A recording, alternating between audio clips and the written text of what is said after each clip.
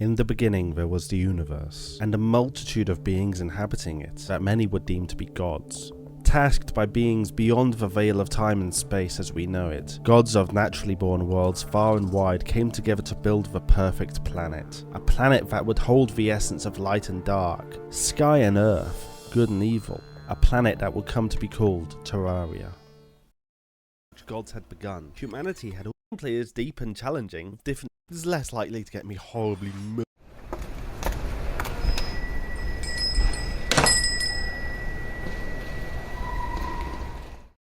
With their plans set out, the Overseers sought out the services of great cosmic builders to construct the planet. But already there was a flaw. Unable to regulate its own heat, the Overseers abducted the builders and imprisoned them in the planet's core to make sure Terraria's heart continued burning, and ultimately these prisoners were forgotten.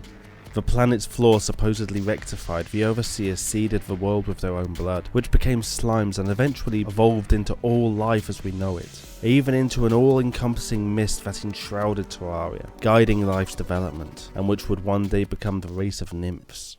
One of the creatures to evolve was a sentient lizard that would go on to dominate the planet with great cities and advanced technology, driven by an insatiable curiosity that ended up causing the race of sirens, sky-dwelling beings of vast intellect, to tear away pieces of the world, elevating them into the sky to avoid unwanted attention. The lizards were developing too fast though, as deemed by the nymphs, threatening the purity of the world. In response, the nymphs appeared to the god-fearing species as one of their deities and demanded a more agrarian culture.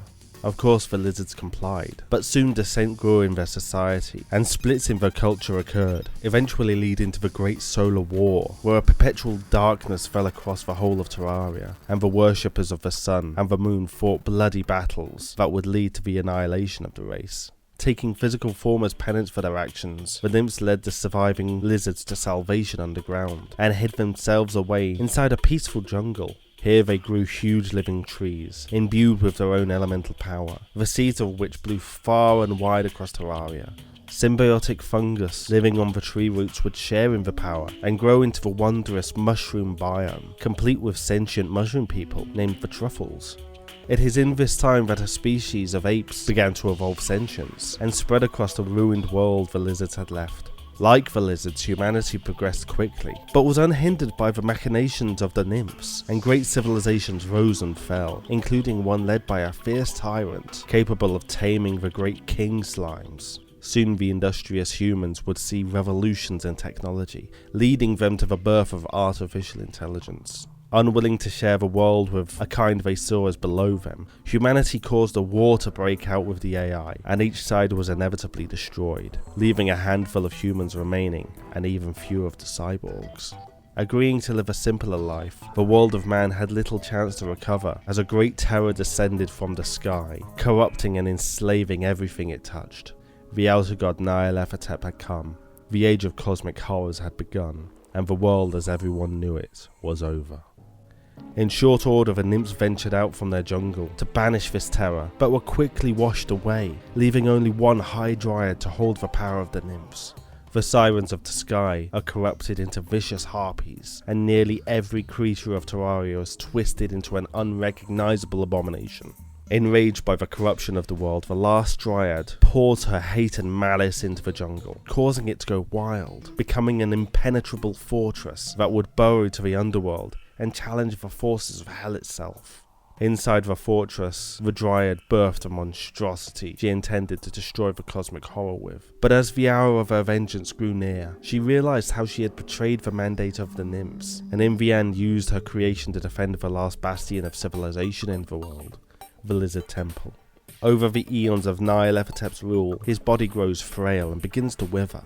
Using his human slaves to build a great temple into the ground, he beckons the stars for salvation, and his call is eventually answered by the Great One Cthulhu, but not before his body rots and parts of it dig into the earth to save themselves. Cthulhu was never there to save Nyarlathotep though, instead tasked to take the world for the glory of his brother, the Moon Lord. To this end, he makes a pact with the creatures of the underworld to bind the forces of light, and builds a titanic city on the ocean bed. It is here he is visited by an odd creature of Terraria, not touched by the corruption, a pigron seeking a greater purpose to its existence. Accommodating the odd being, Cthulhu makes it the guardian of the ocean, Duke Fishron.